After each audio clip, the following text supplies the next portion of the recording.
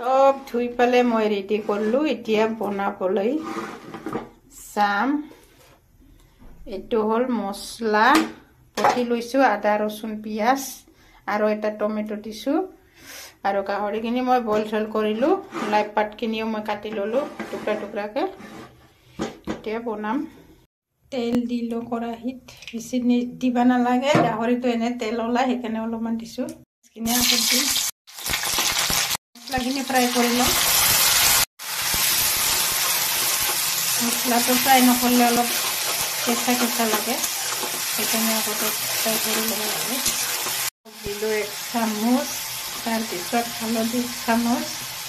এতিয়া মিট মছলা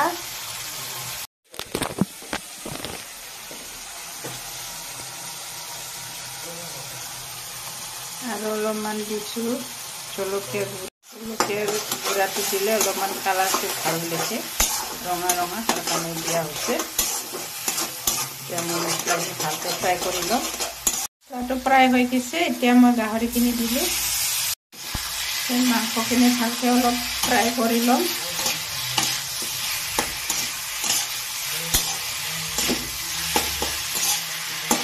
ফ্ৰাই হৈছে এতিয়া মই লাই পাতখিনি দি দিম ইমান ডাঙৰ লাই পাত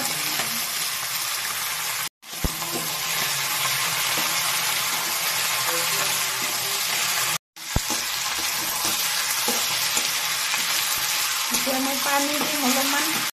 মাংসখিনি দিয়াৰ কাৰণে কি ধুনীয়া লাগিছে মানে পুৰা